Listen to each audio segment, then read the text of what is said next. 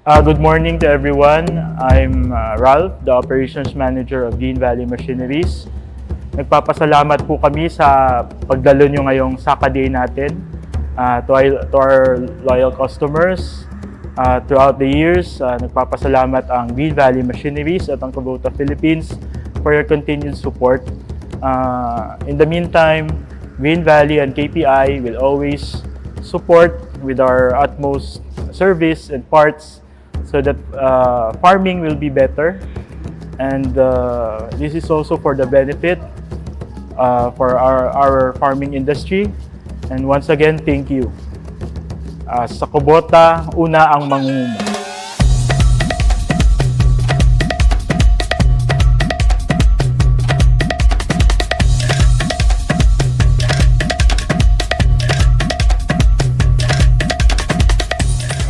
Ako gali si Roberto Italia, Tuka Bagumbayan, Sultan Kudarat.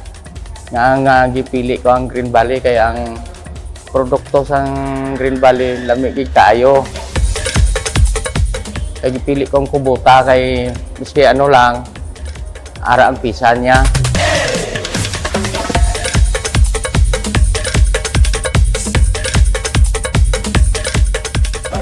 Maayong buntag sa inyong lahat. Ako po si Sherwin Carlos, Regional Sales Manager for South Luzon, Visayas, and Mindanao. So nandito po tayo ngayon sa Marbel, Coronadal upang magdaos ng Saka Day. So nagkukondak po kami nitong Saka Day upang magbigay papasalamat sa lahat ng mga magsasakang tiga Mindanao. So particular dito sa area ng Coronadal. Okay? So sa araw na to, inaasahan natin na magkakaroon tayo ng mga kasiyahan at mga pagbabahagi ng mga kaalaman, lalo na sa mga larangan ng pagsasaka. So we will be introducing new products, especially for rice and corn. And sa pamamagitan nito, makita ng mga lokal na magsasaka ng Coronadal ang mga produkto na pwedeng magamit nila sa kanilang pagsasaka. So bakit sa Coronadal? Unang-una dahil nandito ang aming matagal ng partner, si Green Valley. Partner namin sila for more than 28 years now.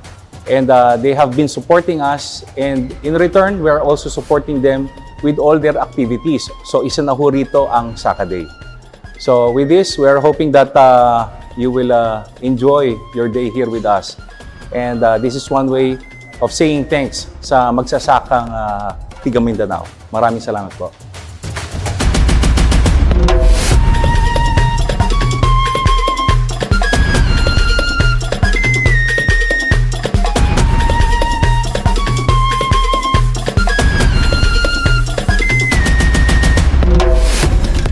Hello, maayong aga sa tanan. Ako po ay si Engineer Romeo Sustiger and the authorized dealer of Kubota Philippines in the area of South Cotabato. Kami po we had been the dealer of Kubota Philippines since maybe in 1988, if I'm not mistaken.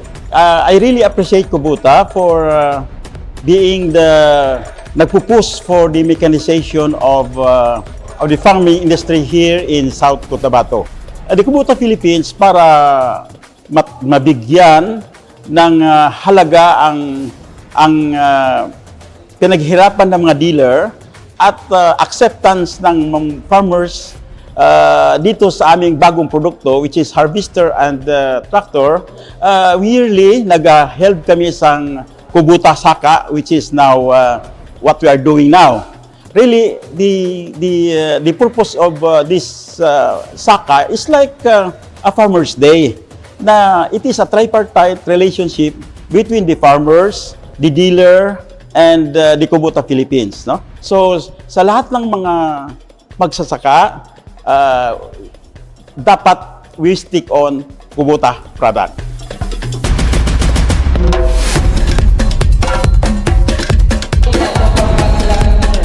Number 22. May acknowledgement sa aton nga mga migo kag miga no, sa Kubota Philippines, mga VIPs naton, no? Of course, ang pinakabida sa tanan ang aton nga mga mangunguma. Na namian man ako kay ang aton nga theme, no? Kita nga mangunguma, kamo nga mangunguma, bida sa Kubota.